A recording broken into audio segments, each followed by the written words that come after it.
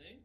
Good afternoon. We are back for round 3 of the 50 Site Challenge Workshop. Thanks so much for coming back. If you've come to all 3, great job. You should have loads of letter credits to play around with after the session. So just very quickly, give you popping some highs and hellos in the chat on the right hand side. Thank you so much for doing that. That chat box is private. If you haven't come to one of these before, this is, you should say, off the third one. Private to you and us, i.e. no one else can see your questions, so there's no such thing as a silly question, but we can obviously see them and answer them as we go. Do please utilise that chat box on the right hand side for as many questions as you can, but also any challenges that you faced whilst doing this. If you found that maybe you've been doing the follow along and something hadn't gone quite right, or do let us know if you've come across any kind of issues when site sourcing over the last few days, but also any successes. So if you found it really easy and Hugh's doing a really good job of explaining it, then just get the compliments in as well, because that'll cheer us up on a grey Tuesday afternoon. But yeah, thanks so much for coming back. If you haven't met me before, and this is the first time I'm coming, my name's Joel. I'm one of the customer success managers, and we've got Hugh back for round 3, one of our co-founders. So I guess just kind of pass over. Really, this session is recorded as like the other 2, and we'll come about 2 or 3 minutes after we finish. It actually pings out to you, so super quick turnaround. But any questions, do please keep them coming in. Cool. Thank you very much, Joel. Welcome back, everyone. Yes, use the comments box. I can see it. Joel will be channeling your energy and your questions directly to me. So we're going to try and make this one interactive, more interactive. Letter sending is where we find that, we find those sort of really like contextual issues, the little things that can be really hard to address when it's saying, this is how we do it. You might find that you stumble across something that's a bit more complicated. So I would like to use a big part of this session for maybe looking at some of those slightly more nuanced examples. But this is the 3rd session. This is the letter sending session. This is the most important session, in my opinion. I constantly say, if I give you 100 sites and you don't send them letters, absolutely useless. It's not going to do anything. It's going to sit there. So it's all about actionable things. We talk about a 50 site challenge. The goal is, in theory, we should be getting at least 1 callback, hopefully more. Not if you don't send the letters. So that's what this session is going to be. I will not be using slides for this. There's no point. This is all on platform. What will be useful is I'm going to go through my template. I'm going to show what I've done. I put 2 templates in. They're very similar, but I've got 2 templates. I'll show a little bit about what I put on them, how to put on them. This session isn't really going to be about how to build your letter template and what to put on there. We've got lots of other content, and that can take a bit of time, and we can address that in other ways. But this is going to be the mechanics of actually getting letters out the door. So with that in mind, let me bring up my platform. And we'll be taking a look. So You've been actually site finding, haven't you, since Thursday? How did you get on actually being a customer of your own platform? I've dusted off my old site finding boots. Yeah, it's been 5 years. My first reaction was, come a long way, but I know that. I definitely ran into pitfalls where I knew that I was uniquely positioned to be able to dig my way out of them. So I had a lot of empathy, I think, for what it might be like to come across this if you're a new user or if you're using it a couple times, which is really good because I can feed that back into this. But I was excited. It was nice. It was nice looking at red line boundaries again, and sort of getting excited. And I think if I had to call back to an earlier sentiment when we had a lot of questions on what makes a good site, and basically how do you assess them. And I think somewhere that I'm becoming increasingly I stand by, which is if you think, especially if we're in a site finding mentality, if you think a site looks good, and it doesn't mean it's going to get planning, if you think it looks good and it's even remotely exciting, that is worth a save. And that's probably, I have a habit of overcomplicating matters, but I think if I had to have one thing to distill it down to, if a site looks like a site, it's probably a site. and that is your gut feel. And if you're new to this, you will only get better at that. And if you're seasoned and you've been doing this for a long time and you're wondering why you can't quite get to, say, 100 sites a month, 50 sites a month, which I'll actually talk about, then one of the problems could be that you're being too hard, you're being too strict on yourself. We haven't had any responses from these landowners. And the most important thing is that we're at least a little bit excited about the site, so that when we see it in a month, 2 months, when that call comes back, we think, I know why I saved this. It's a little bit of land up there. It's the fact that it's strategically located, and we should have that gut feel. And that was a piece that really stood out to me. If it looks like a site, it's probably a site. Do you think, if in doubt, send it out applies to this? In doubt, send it out. There we go. Yes, yeah, with the little GDPR asterisks. Yes, of course, yeah.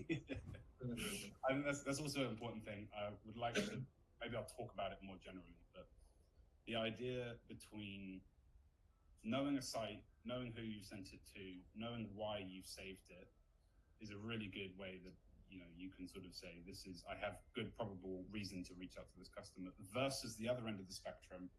There's 1,000 sites and opportunities. I'm gonna save them all. I'm gonna send them letters. Big difference, in my opinion. Two viable strategies in terms of securing sites, but really it's about you as a business taking ownership over how you want to approach strangers, really, who typically aren't businesses. So yes, if in doubt, send it out is also something that you need to have your own opinion on. So I have 50 sites. Come on. I think if I was doing this for myself, I think I would probably have about 40 in there. I think I quite like 10. I'm like, ooh, I would speak to them on the phone and I would potentially visit the site, but I was a little bit like, yeah, this is punchy. And then I'll also show a couple of things that I also came across, which is like, when you find a site and you think, actually, what about the neighboring sites? And I'll show how I approach those. Ultimately, that's a land assembly. I was never super excited about, I never had any systems for managing land assemblies. They're quite complicated. You have to manage 4 or 5 different conversations. My approach to them is find a site that has value on its own. If you get a conversation there, then see if you can start to unlock other stuff. And I'll show you where maybe we'll come across some here that look like that. So I had 50 sites. Yeah. These 50 sites, were they all the same search, or are they a mixture of different? So are they all the same kind of thing, or are they a mixture of different searches? It was 3. I think I did about 3 searches in total. Actually, 4. I did one for existing residential. We'll just take a look at this one here. I think this is actually, I did a summary midway through. One was for existing residential, and if we look at this, does it look like a site? Okay, there's a lot of land, big driveway, small house, surrounded by other homes. Access looks a little funky. Now I'm looking at it, I'm a bit worried about this little thing here. In fact, I'm very worried about that. For those that can't see what I'm looking at, this is what you call a ransom strip. And I had actually more than that. So even if you do something here, we have to be conscious of this. So again, not a huge problem. I am just going to go ahead and add that here. I'll explain what I've just done in a second. Potential ransom strip at access. And John, just let me know if any questions are coming in. There is just one about when you're creating the letters. I think it integrates with Gmail, right? You need a Gmail account in order to do this. Is that right? A Gmail account, in the sense that yes, you will need to use. We host with Google Docs, and so it's linking to Google Docs. So it's not anything you have to pay for. But once you set it up once, you should never need to really revisit that. So I'll just go back to this. In fact, that site's disappeared. I think it's existing resi. Here we go. And I don't need to do it like this, but from here I can view it on the map. And so, yeah, one of my searches was something that was looking for a plot that was, it was, I think, over 1.5 hectares, so about 1,500 square meters, and it was relatively undeveloped. So in there, I would have said I usually go for under 20%, and then also checking that it's residential, so use class is C3. It's a really simple search, and I pulled up things like this. Like I was saying, as I've come back, I've noticed that there's potentially a ransom strip here. So for those in the room, that means that even if I were to acquire this site, I'm going to have difficulty with the rights to access this. And this could be a big problem. It might not be an issue. I might be able to just pick that one up and tack it onto this. It might be the same owner, but it's definitely something to be mindful of. I would still send them a letter, but I've got a note. And so finding the 50 sites was quicker than I thought it would be. Where my work comes in, and because I've set myself up to work quite quickly, where my work comes in is when I get my call back. That is when I'll probably sink about 30 minutes to a site. If I'd spotted this later, again, I'm not worried. I'll spot it. I'll figure out an issue or a way to solve it. If this site was a bit bigger, other creative solutions is to look at access elsewhere. So maybe buying this garden here and developing through here. This site isn't big enough to make that viable. But again, there's no point thinking about that until I've had my callback. So this is a landmark site, and that's what I mean by that. Right, projects, 50 sites, 2 or 3 searches got me there. Another one that I did was, we have a pre-built filter called infill plots. That's one of the ones that's algorithmic. So we've calculated in the background, basically, is it undeveloped? Does it have, is it joined to a road? And we look, and it's a really good way of filling in some of the gaps. And so that's how I found some of those. So before I actually go and click some letters sends, I'm going to pull up my letters section. So in here, I've gone to letters. And by the way, I'll try and, this is partially a follow along. So when I get to certain stages, I'll go slow enough that if we're all there, we can sort of click some of the buttons. Ultimately, when it comes to sending letters, you do want to look on them on a site-by-site basis. So you might find that whilst you can follow along on the early bit, you might then be like, well, hold on, Hugh's moved on to a completely different bit, and it probably won't work. The way that we're hosting these sessions, these will be recorded. I will put each recording, or Joel and I will put each recording on the slides that we had before with sort of our step-by-step explainers. So it will be a sort of one-stop guide. So if you are trying to follow along, don't be disheartened if it's difficult to sort of follow your exact pathway. So what I've done, I've clicked our letters tab. This is where we manage all of our letter sending functionality. So we can actually see here that we've got all of our letters. Now this is really weirding me out because this is the neighbor. This is my parents' neighbor, only because I recognize the address. So what that's doing in there, I don't know. But what I actually want to do is go to templates. Now templates is where you can store all of those letters. And so if we're thinking about creating a template, we can just click this button here. We have some light templates that need a lot of editing. So they're sort of structurally they're in place. They're more sort of visual design based, so you can see what you can kind of do on those. But you can also upload. So if you have a Word document or a Google document, you can just go ahead and upload that. I'm not going to do that in this session. We can explain that one later for people that are trying to get a template on there. What I actually want to do is show the 2 letters that I'm hoping to send today. One of them is probably the letter I'll send the most in its lifetime, and it's sort of a generic one for privately owned properties or anything that's got an existing property on it. And I would, for this one, for these titles, I would buy the land registry if I need to, but typically I wouldn't buy the land registry. And the main reason for that is actually when the cost went up to £7 for these. I'm not a site finder. This isn't my main thing. If I was really focused on site finding, I would probably buy them, and I would have an allocation of how much I want to spend on certain things that I sort of manage that spend because I would be conscious about it. For this, I'm just trying to put myself in the shoes of former me. This is my letter template. So I'll zoom out a bit and see if this can just sort of get it in here. So I just want to show you what a page looks like. It's not supposed to be red. And zoom in. In my header, so if I double click up here, and by the way, this is what you would need to link to your Google account. We're actually in Word, in Google Docs right now. Our first version was a custom built text editor. It's not good to rebuild the wheel, is what we found. And actually, if we go for something like this, Google hosts excellently. Far better than Word docs, so that's why we've gone for it. I'm actually no longer in Searchland. That's kind of the joy of this. Everything here is. So I've just select here, I've got a header, and I can put my logo in. That means that that's going to appear on both sheets. And then the other sort of question that we get a lot on is, what is a merge tag? Now, if you've ever sent a mail merge, then you might know what that is already.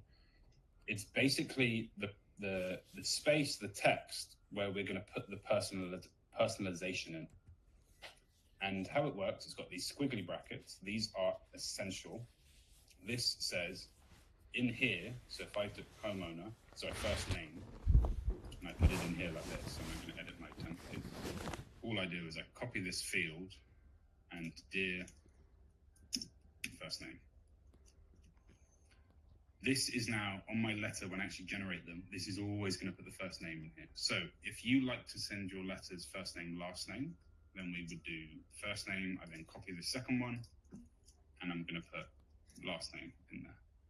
So this would be if it was in if you purchased my title, my details from there. This would say, dear Hugh Gibbs. Or actually, the way Land Registry does it, it would say, dear Hugh Peter Canning Gibbs. That's my full name in there.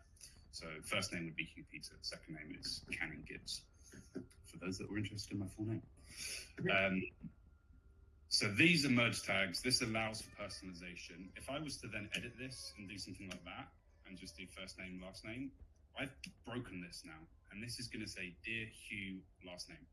So it's really key not to edit these. And we have it like this. This is called a merge tag. It is going to put all of our personalization in there. Now, if I don't know the first name of the person because I haven't bought the Land Registry, that's what this property here is really important for. So if I have this blank, we're going to send, when we send our letters, there's going to be a warning saying, hey, one of your merge tags is empty. So, don't send it. If I go homeowner again, in the instance that Searchland doesn't know the first name, i.e. you haven't bought the Land Registry record, it will default to homeowner.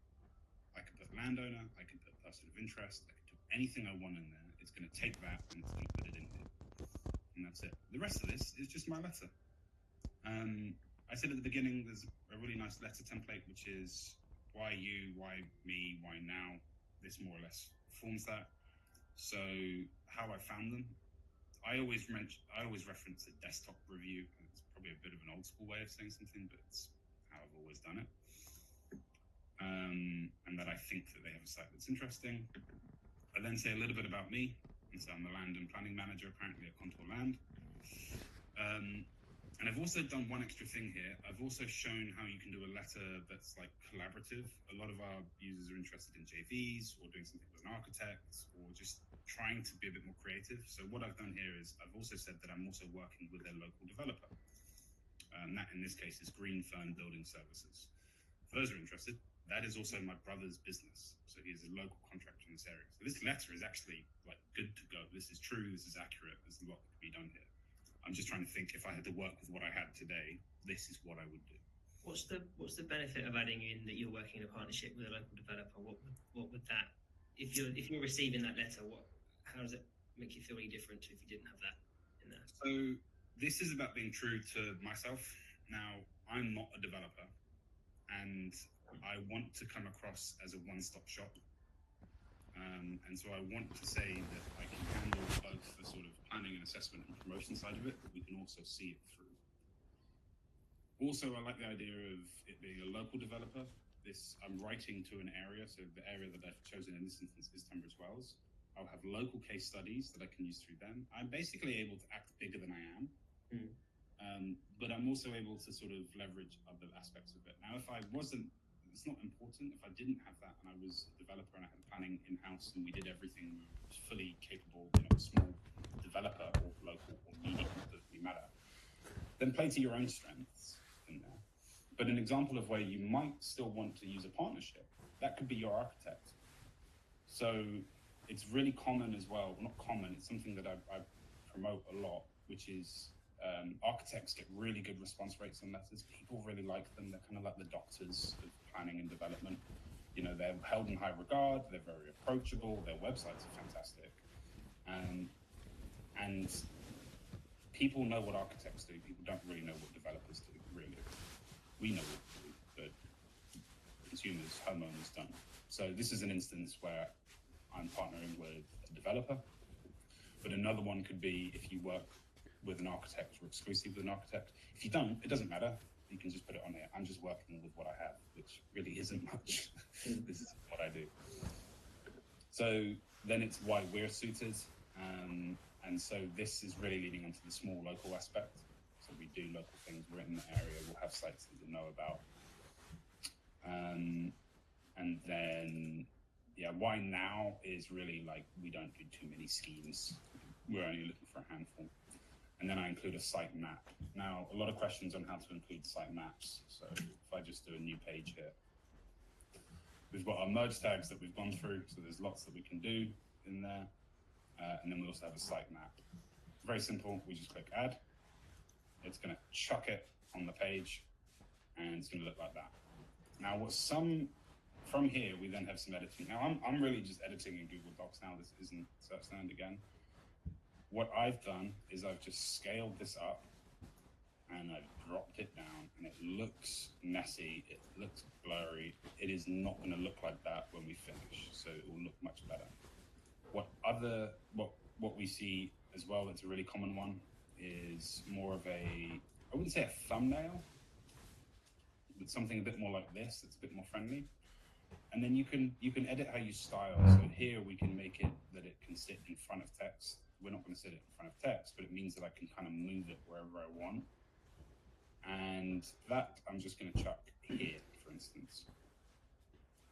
And so this can be another way. If you just want to send one page, this is also a nice way to sort of tick that I have your sitemap box in there. So I'm going to delete that. That pulls through automatically on every title, doesn't it? So yes, every title. This is like a merge tag of sitemap. Cool. On the merge tags, see, you put in a backup for homeowner. Would you bother putting a backup for like send date? Could they ever go wrong? Because there is a space for a backup there, but you've left them blank. Yes, there is a space for a backup because we have to put a space for everything. Or actually, sorry, I take that back. There are some that are super reliable that will always have details for. You don't need backups. We have examples of what it will look like. There's never a need for a backup in these instances. So a title number, you can't really send a letter if it's not for that, so it's not possible. And the company name merge tag, sorry, I actually don't know. There's the company name merge tag that will take from, if you're just sending letters to companies, that's going to take the recipient's company, not your company name. Exactly, yes, this recipient's company. So, look, for the purpose of this, I would say put together as one that you're happy with or more or less happy with, mess around with some of these, put some letters in and see what happens. So if we're unsure of what they do, my advice would be test them, get confident and then use them. But they're super reliable. It's one of the best ways to get personalization in your letter. So I'm going to stop there. I'm actually not going to save this. You would click save because I might have made some edits I'm not happy with, but that's the letter that I'll be using. I also have two, so I'll be able to run through two different versions of it. So I've got my Greenbelt one as well. I found 2 or 3 Greenbelt sites that I quite like, but only a handful. So for this, we're in our project section. And now I'm going to begin to sort of send the letters. And before I do that, I just want to revisit this idea of a pipeline. Now, sending 50 sites, sending 100 sites, quite frankly, isn't enough to build a pipeline. And I appreciate that when we're showing what a pipeline looks like, if they're all in my new sites or they're all here, it still isn't really a pipeline. It's like we're just bulk actioning things and moving them along. But for the first time, I now know that I have something I need to do. I need to send these letters. So I added one more stage, ready to send, letter one sent. So I now know these ones are ready. And then when they go in here, I know I've sent them. What that's going to do is it's going to then show me that I don't have any new sites in here. And so if I'm worried about how I'm going to get to a certain number of sites a month, I can now see where my weakness is. I'm not worried about it yet, but my pipeline is now starting to be built. So I'm going to start the letter sending process, and I'm going to do all 50.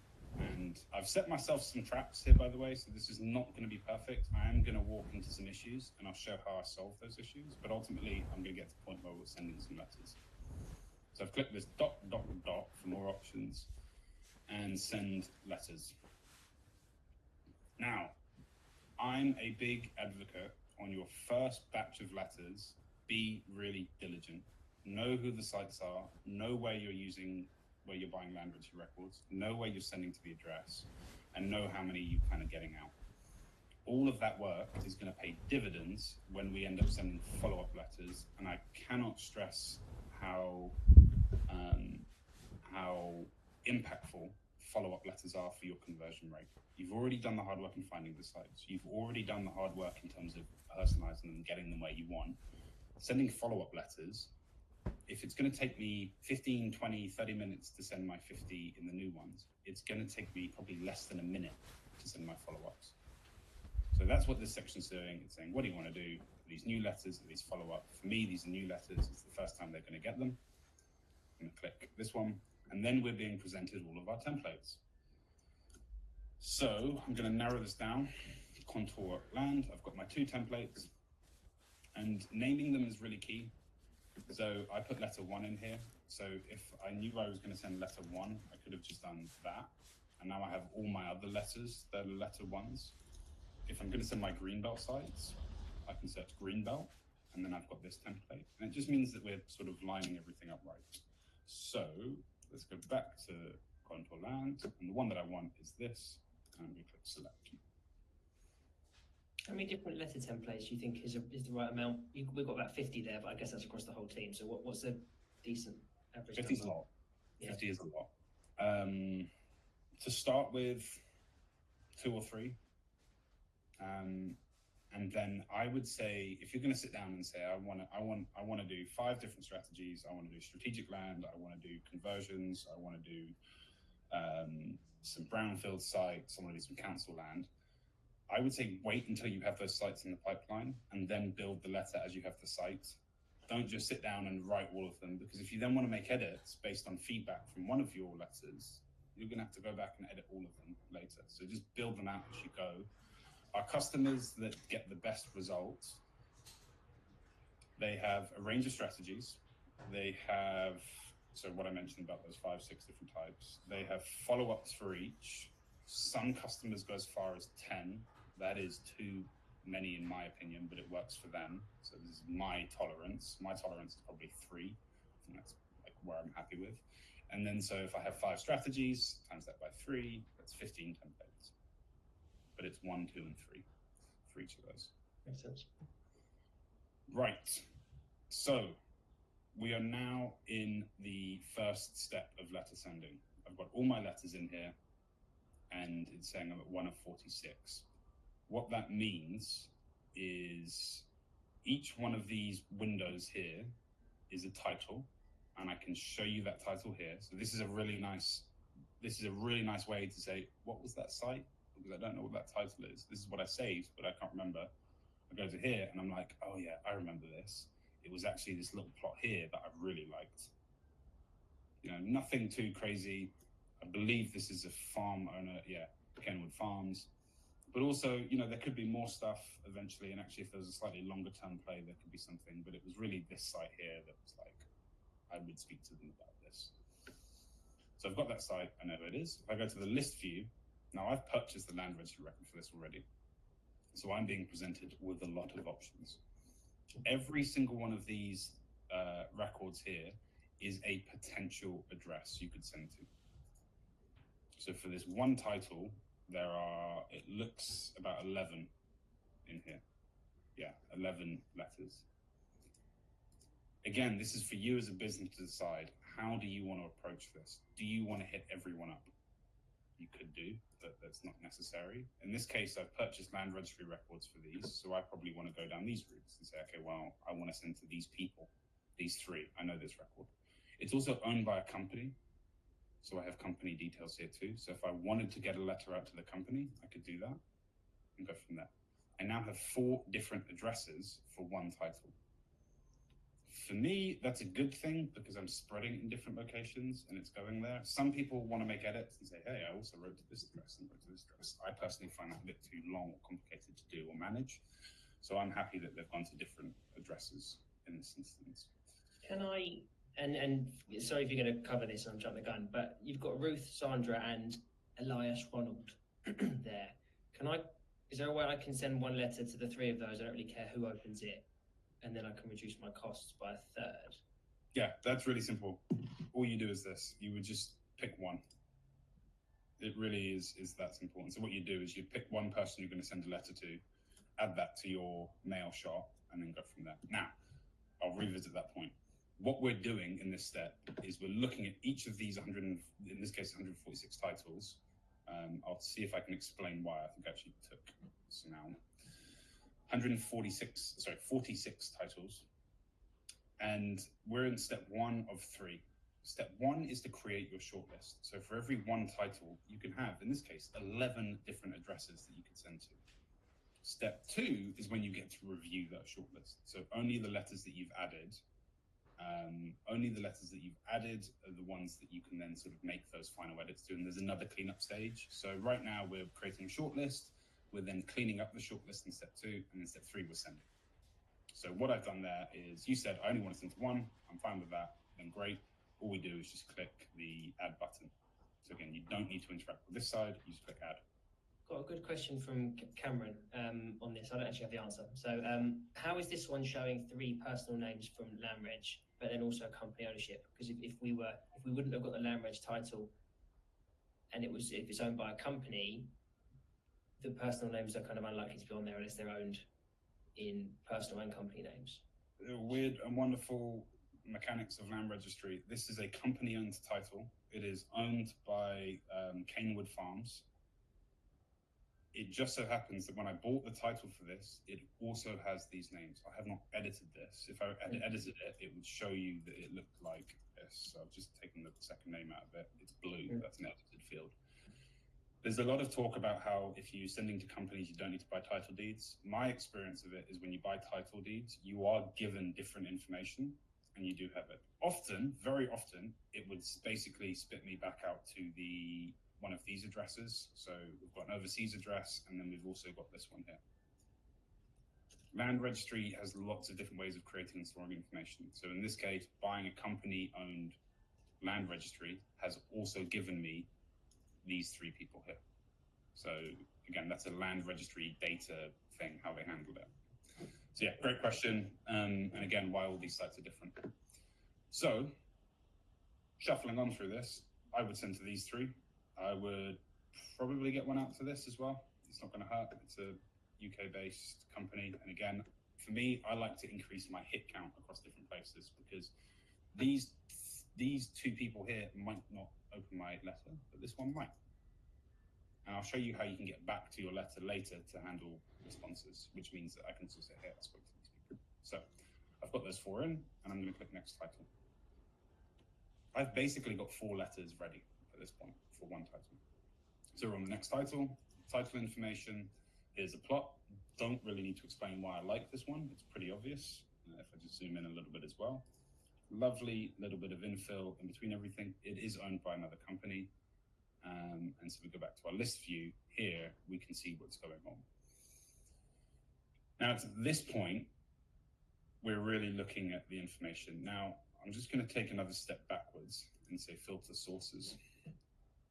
Often when we've done mail merges in the past, or if you've ever done a mail merge, some people can say that it can be a bit easier.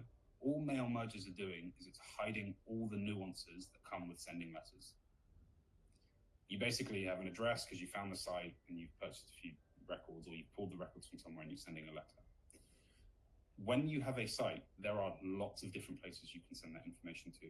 And these are basically those. Previously in custom, don't matter. They're sort of manual entered. We've got a land registry record, so we know what happens when we buy that. And also this is a company one that I bought a land registry for, and it's the same address. I've got a company's house. So this is literally what's listed on company's house is the registered company's address. We then have directors' addresses. So if you have directors listed at that company, you can have names and addresses for those people. We have HMOs if it's an HMO. So if part of your strategy is about finding these, we have records for those. They come from the council. Manual import is your own data. And then the address on the plot, the physical address. So some people will say, I only ever want to send to companies, in which case, what we would do is we would toggle those on, and we're only ever going to be presented with this information here. And so as we go through these titles, It's only going to show us the company information for this. This is not company owned, so there's no info. Now, I'm just going to go back to this and turn these back off. So I purchased this land registry record again, cost £7, and it's given me the exact same details as the company in there, but it hasn't even given me any details about who the owner is. So this is an example of why people don't like buying title deeds for company-owned properties. Again, to my point, it really pays to be diligent in this first step. We're just trying to get familiar with who these sends are. All of this time is going to pay off if we send multiple letters. So I can look at this and see that we have David, Thompson. So this is one person. And we've got Christopher Whining, or Winning, which way you want to put it. Maybe he's Winning is a great last name. I'd love to be called Winning. Unless he's a whiner, in which case people are calling him Whining. So how we would handle this is, again, we also want to look at the addresses. So as a business, do you want to send to multiple, or do you want to send to one? And how do you want to handle it? In this case, what I'm going to do is I'm just going to click this one and this one. And I'm also going to take this other address that we have here, and it's going to go to David again. So I've got a different address. Personally, I'm a fan of sending to different addresses. Now, I'll address this problem that's going to happen later, where we've now got 2 letters going to one address. And so what I've done, I've toggled on here, and I can now just click add and get those in. Next title. So we'd kind of repeat that process, and we'd run through it and be able to, generate our letters as we go. Through this, and so here we go. I'll add this one as well. This is privately owned. Let's take a look at this. Lovely big old site. Just from my assessment mindset, obviously I haven't got any of my real data here, but we're probably outside of the settlement boundary. Really well screened. We've got a nice end to the development there. I'd be very interested in this bit here too, but again, I'd probably want to secure this first, and also just review any of this other stuff. This sort of site would almost always require demolishing one of the houses, or it looks like there might be a bit of road access there, which could be useful. So again, every site's a little bit different. That's why I'm a little bit slower about letter sending. So if I go back to here, I've got a Claire James Watts. Are they married? Are they brother and sister? I don't know. So again, some people in their letters like to address people differently. This is an example of where, it can be a bit difficult to make that judgment. I'm going to click add and add those in. I'm going to stop there for how I add letters, because it's going to be much of the same. I'm literally going to go to another title and take a look and add. Now, again, sometimes when you buy land registry records, they will include an email. And so this is really interesting. So saying can't handle emails for you. We can't write them an email from there, but this could be something you can handle off platform, send them an email. But we've got 2 here. And so that's particularly interesting for me, because if I'm like, ooh, what was this site? Oh, this was a site I actually really liked. I do want to do something with. They're all sites I like. I save them. I would also follow up with an email too. So again, the ways of contacting people is dynamic. It is specific to each site. It's based on the data that we have. We're trying to just get them to a letter send, but we do need to pay attention to this. I'm going to stop there. I'm going to show one other way of adding letters, and that's this button up here, switch to bulk add. What this is going to do, and this will apply for a lot of people in the room here, sometimes we know we are always going to send to a particular address. In which case, if you don't want to go line item by line item and sort of next, which is my preference and something that I say is a pretty good way to go, we can do this. We can say, okay, well, how many sites do we have addresses for from land registry? And let me just go back and just show how I got there. So we're from here, and I've just clicked switch to bulk add. And by the way, if you want to sort of do this and follow along, I've put videos in for each section and explaining what it does and how it works. So we're here, and we're basically going back to it saying, hey, these are all the addresses you could send to. How do you want to do it? And what we could do is say, well, I've got my registry records, so let's do that. 52%. So 48% of my titles that I have saved don't have a land registry record. So I'm not going to be able to send to all of them. So what I can also do is I can say, okay, well, what do we have for directors? In that instance, it hasn't changed anything. And the reason is, this is now a priorities order. It's first going to find all of the land registry records, and then it's going to find directors. If I chuck this up here, this is going to say, this is now going to prioritize directors first, and saying, hey, we found 7% of your titles of directors' addresses. We can keep doing this, and I can say, okay, well, what about addresses in plot? And here we go, we've got this many. And so a common order would be potentially something like this. First do land registry, then do directors, then do this. And I don't have these addresses, that's fine. I probably need to go and buy title deeds. That's kind of what it's telling me to do. You need to go and get more information. I could check Companies House, there we go. And actually there's more Companies House information in there. Now, what we do is click Add to Mail Shot. That is going to take every contact in there, and it's going to put it in my next step, my review step. Personally, I don't like this because in that first instance where I had 11 recipients, I only sent it to the 1 or 2 that I liked. I'm now just going to have to clean that data up later on. But some people would like to work much quicker, like to work in this bulk actions environment. This will allow you to do it. So if I click this, it is going to add, we've got a summary on here, 15 letters, 5 letters, 20, so it's going to add about 73 letters across all of them. Much quicker, for sure. Right, we're going to pretend that I've gone through all of these, and we've now got review, and so we're going to click go to review mail shot, this button down here, and I've got 9 letters that I can mess around with. So we should recognize all of these names. These are the ones that I put in here. This is now, if I was to click print, it's going to have each of these. Each of these is going to get a letter. So we're pretty good. I could actually just go straight to the next step and be done. There's 1 or 2 more things that we can do to clean this up even better.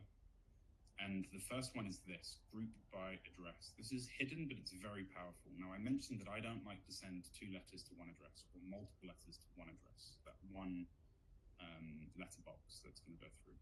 So what we're going to do, we're going to click group by address, and this is now going to group all of those by the address. So literally, where is the postman, postwoman going to put that letter? And I can see David Thompson has 1 at 24, but then here we have 1 where we have 2 people at 1 address. Now the quick fix for that is I'll select all of these, and I've got a combine button. So what that's done, it's merged them. It's now going to be 1 letter. I've got 1 record, and it's Christopher and David Latter, and then these are the names. It's a little bit janky. If I was to send this on its own, it's going to read a little bit funny. So what we have an option to do here is view the letter, and we can see here Christopher and David Latter. Now that reads a bit funny because Christopher was Christopher whining or winning.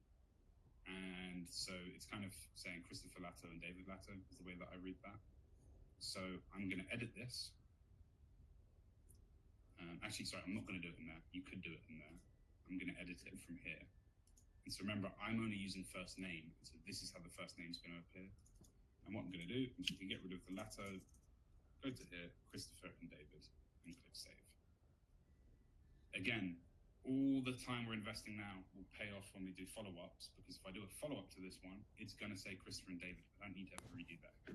So if we go click view, and let's edit this,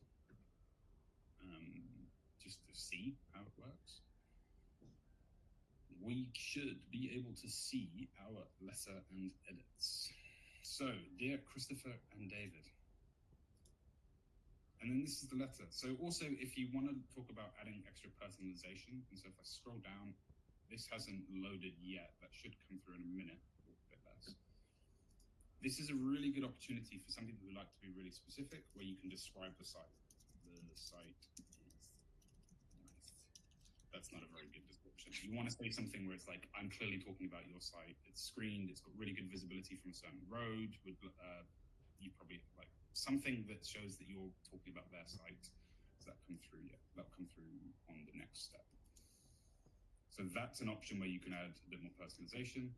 And back to this view, group by address. And again, we've got another one. These are the potential married couple or brother and sister. We don't know. And so same thing, we can just click merge on this and combine them. And I can edit from here, and I can say Claire and James. Save. Now, what Land Registry does when you buy a land registry, the first name is treated as the first and middle name. So often we'll see this double name. So I would be in here as Hugh Peter.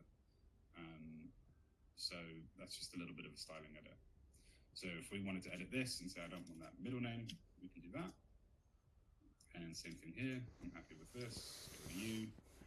And then here we have an interesting thing here. So we've actually got these different addresses, but it's listed under one title. This is not a problem. They are different addresses. It's just being forced to group by title, and the reason is technical. We don't have a UPRN for them. A UPRN is it's basically the barcode for a property. It's handled by Royal Mail. Where this happens, it means the address data we're not able to link it. That's literally what's happening. But I can just trust my judgment and say they're all different addresses. So that was the step to just clean the data. And again, you start here in the list view. I've now got fewer letters. I've got my custom edits that I can see here. I can see that I've made some changes. I've got fewer letters. I'm now really happy with this. All I need to do is go to the next step. Go to summary and send. Yes, Joel, any questions? No, I had a joke about a Hugh Peter badge in my head that was going to come out, but it's something to do with his one I've done earlier. Yeah, he was something to do with that. It was he said Hugh Peter. Too fast. Move on. Fair enough. So this is the beginning. I showed you the template. We have merge tags, so it's putting in the 2nd of December. My site reference, and again, I didn't mention that I've got site reference. So the site reference, this is, if I get a callback, I ask them, hey, what's the site reference you've got in there? And most people don't know their own title number. It allows me to go into Searchland and search that whilst we're on the phone to them. So you can be looking at their site and say, oh yeah, you're the one just off of Thingy Road. Hopefully with more confidence than that. Dear David, this is the address that I'm talking about, and this hasn't generated yet. That's annoying. It takes a little while for these to come through, but it will do it on the send. We'll see if this one will come through. There we go. So this is an example of one that had populated. This is the site plan that's going to come forward. Okay, so I really like this plan for my conversion rate. I think it's absolutely phenomenal. It's not free to do the way that I've done it. It's an extra page, so it's a quarter of a credit. But I think it's worth it when you consider what a £7 land registry cost is going to be. That said, I still bought the land registry for this because it's a piece of land. So those are all going. Another review step. So if you want to review these and be super diligent, you can. But I'm happy with these. I think these are good to go. So what we would do is we have 3 options. Send now. It's not literally going to send it right now. What it's going to do, it's going to wait for the site maps to render. It's going to make sure that they're all checked. They go through a little quality assurance check on our side, so we check bits of data have gone through correctly. So that will happen behind the scenes. As soon as that's ready, it then sends it off to Stamp, which is our current provider for the third-party letter sending, and then they will send it. So we do have on our letters tab what all the steps are. I would assume if I sent this now, it would be with them. Either it will make it in today's send, I think it goes around 3 p.m., but it will be with them tomorrow, and then Stamp will print it, post it, second class. If you want to know what it looks like and feels like, send a letter to where you live. That's the best way. Send one to your office, where you live, send a couple, see what it's like. I personally recommend doing that. If I was actually forgot to say that, if I was doing this campaign, I would also put my own address in there so that I have an idea of when my letter has arrived. When my letter arrives, I can assume everyone else's letter has arrived. So that can be a nice way to just sort of keep it going. It also means that you have another opportunity to sort of review it and go through that. Quick question: if you were to send one to like land to the south of, for example, that is quite literally what would be in the address section, right? Yeah. Well, no. Let's see if we can find the land. It won't. You cannot send it. It won't work. There's no such thing as a land address. So Royal Mail have a they have a finite number of addresses. Land isn't one of them. And I think it would stop you from sending. I don't think it would even get past the send mark. It comes up as this. There's a section that says this title has no addresses, doesn't it? And it won't let you. Yeah, and it would. Yeah, and it would stop it. It would stop it then and there. There's literally nothing you can do. There's no address. The post people aren't going to just chuck your letter onto the land. So yeah, again, we would stop it. If you were doing a mail merge, of course it would do it. It would do whatever you want it to, but when you post it, it's not going to go anywhere. So that's what I mean by when we do these mail merges in-house, sometimes they can feel a little bit easier. Like I know my steps are exactly the same every time, but you just have lots of blind spots that you don't even know about. When you use systems like this, or specifically SearchLand, I cannot speak for anyone else's. We are matching everything to Royal Mail. We are matching them to addresses. We are telling you when there's errors. We are telling you when there's things that need edits. We are telling you when there's more people available, and you can go for it. So, circling back to this, because we've almost sent our first letter. Send now, that's what I would do. Get that out the door, done, don't need to think about it, feel good about that, nice feeling. I can schedule to send it. I can't think of any good examples of where this is useful for your first letter. The only one could be, I'll think of some now. If you know you're going to go away and you're not going to be around and you need to take a little hiatus, long holiday, that would be nice. Maybe schedule them for sort of a couple of days before you get back, just because you're not going to be able to handle that call. The Christmas period that we are at, which I don't think we're quite at the point where I say maybe don't send letters. That can be one. I've heard that anecdotally from customers. Personally, I think this is like the best time for people to be opening mail. There'll be a lot of it. It might be a little bit slower, but some people like to take a break. Again, if you have follow-up letters, you can do yourself a favor by getting in their inbox and sort of them knowing who you are, and then also a follow-up might land a little better on the second time. So some people are nervous about the Christmas period. Really, the really busy period for that is kind of like mid to late December. So we're like very close, but I personally don't think it's an issue. And then a very common one is download and print. Download and print, that will generate a file of all of these letters. It will mark them as sent on SearchLand. And you can then do whatever it is that you want. So if you want to chuck that tea bag in there and say, have a cup of tea, and then that's your thing, you can do that. If you have your own custom envelopes, you can do that. If you've got your own headed letter paper with a particular gram, you can do that. If you want to sign them, you can do that. All good strategies. That's entirely free, isn't it? So you can use that to get all the letters and then just print it for free. Yes, no credits. Now, a big part of letter sending, I say, is try and get to 100 of anything. So if you're going to say, what is best? I mentioned at the beginning, I said A-B testing is one of the best tools of salespeople and marketing people. A-B test. Send 100 where you're manually sending and maybe you're putting a signature in there, custom envelope. Is your response rate better than when you use something like SearchLand? Is it worth the additional time and the additional energy? These are all things that we need to make our own decisions on. Personally, I'm going to use the SearchLand process. We can do campaigns. I don't really need to go into campaigns for this, and I can click send. Those will now get letters. I will handle the others slightly later on. So I just want to use this moment to do two things quickly, and then Joel, if there's any questions in there that you want to fire on before we finish, this is a good time. You might have noticed that I've used labels. By the way, sorry, these are the ones that have letters sent to them.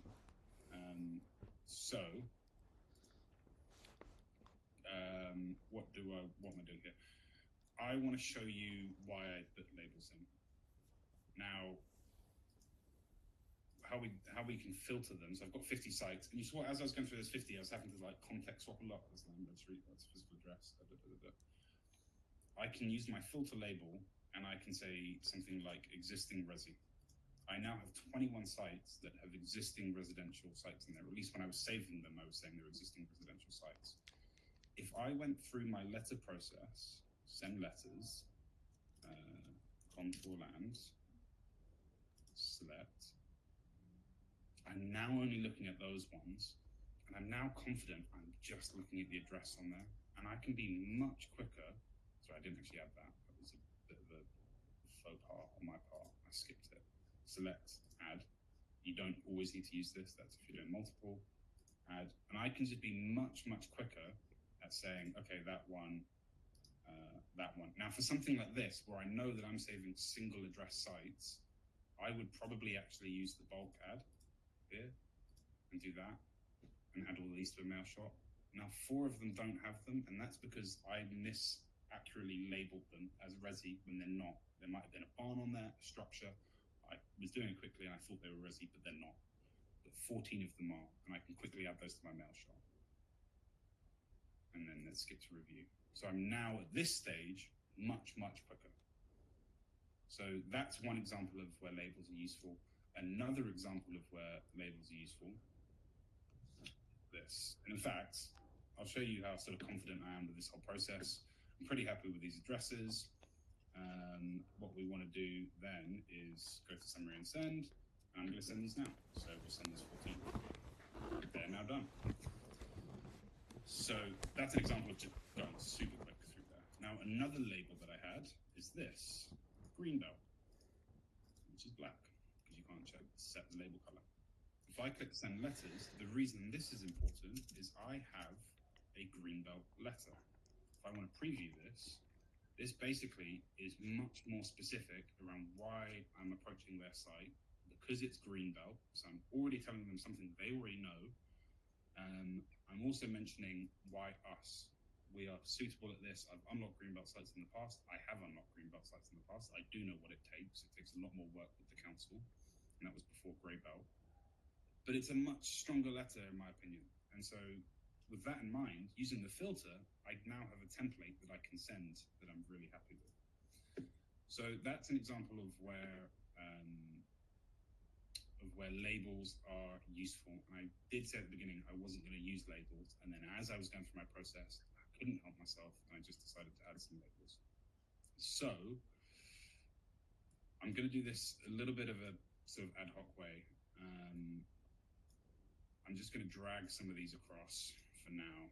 What I really want to do is take everything that's there, and I think I should be able to do it like, no, not that one. Refresh. I'll explain what I'm doing, because this is about project management. We can't talk about these things in isolation. So I did have to refresh my page. And what I want to do is take these two. Now, this was a council one. These aren't real, so I'm going to ignore those. And I can see that I've got my 14 sites here that have got letters. I'm going to move these to letter 1 sent. And now my pipeline is starting to feel like a pipeline. I've got 17 out the door. Let me get rid of these filters. I've got 19 out the door. I've got 31 that haven't come through that I need to do work on. So if it gets to Friday and I haven't sent it, I'm now behind. I know that. When I start to get my callbacks, I'm then going to start to be able to pull these through and say, well, that one was no good. They told me to piss off. This one's exciting. They came back to me. And I now have the makings of a pipeline, my sales funnel. This is how I'm going to get my sites. When I finish these later today, which I will be doing, I can sit back, I can relax, but my pipeline will dry up. I need to find more sites. And that is kind of the summary of all of this, is we need to find ways that are appropriate for ourselves, that we can reliably put a number of sites in. The best users don't send 1,000 sites at once. They send a much smaller number a week. Now, for reference, if you were to do just 20 sites a week, not too difficult to do, 20 sites, you can be diligent. It's about 1,000 sites a year that you would put in there. So if you had a callback rate of 10%, that would be 100 sites. And of those, you might only take forward another 10%. That's 10 sites. 10 sites that you've screened down. That is 1% of your original pipeline of sites. That is what a pipeline is. A pipeline is making sure that things are flowing through and that it's not one bit and one chunk that's going through. And so the question to everyone here who's trying to build an off-market pipeline or building one and working out how they can improve it is, how can you reliably save a number of sites a week, a month? That is really the key. If you can do that, you're going to be fine. All the improvements come later. I can add a template, I can add more labels, I can refine it, I can pick a particular council. At the end of the year, I'm going to be sitting on something that's very valuable. I times that by all my other councils that I'm working in. 2 years later, Tunbridge Wells does a call for sites. I now have 1,000 sites in here that I can revisit. I'm in a very good position.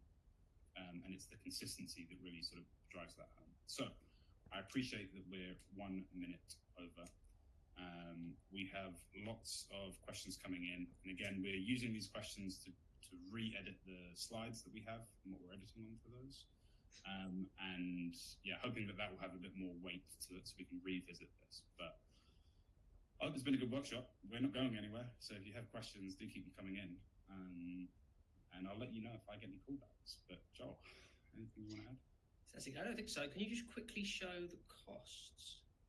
Costs.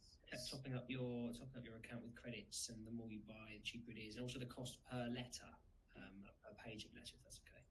Yeah, I'm just going to quickly take a screenshot of this. I can't remember if it's going to give away all my bank details. So if you go onto your platform and click account, and then subscription settings and subscription. Let's just do the add credits. It's not showing, Hugh. I think it might have. I haven't shared my screen yet. Okay, fine. So I've basically gone to the settings menu and then subscription, and then you can add credits.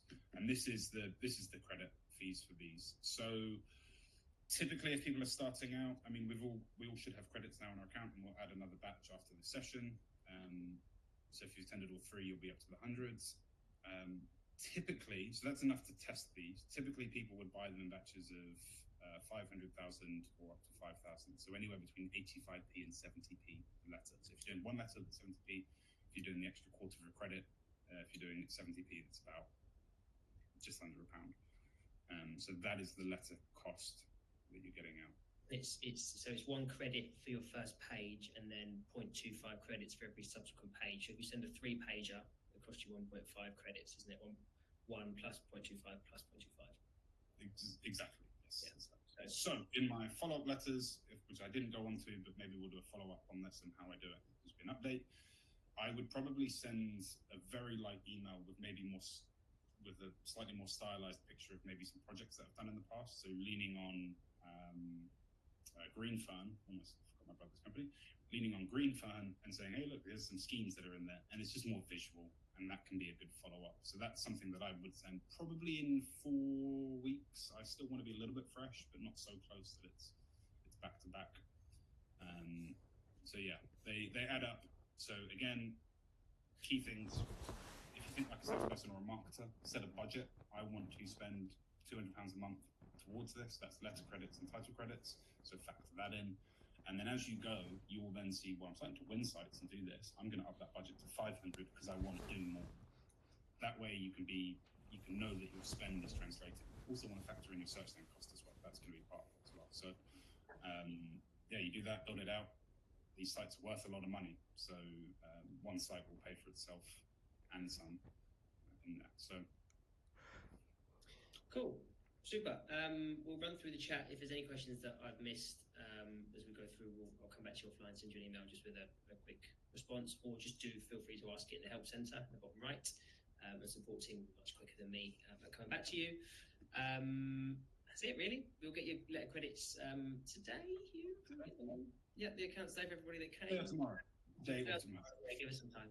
Stay out tomorrow.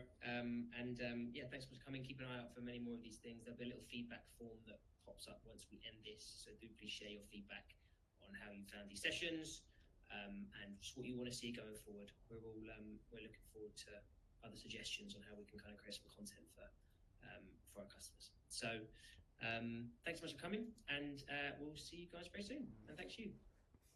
Thank you. Thank you all very much.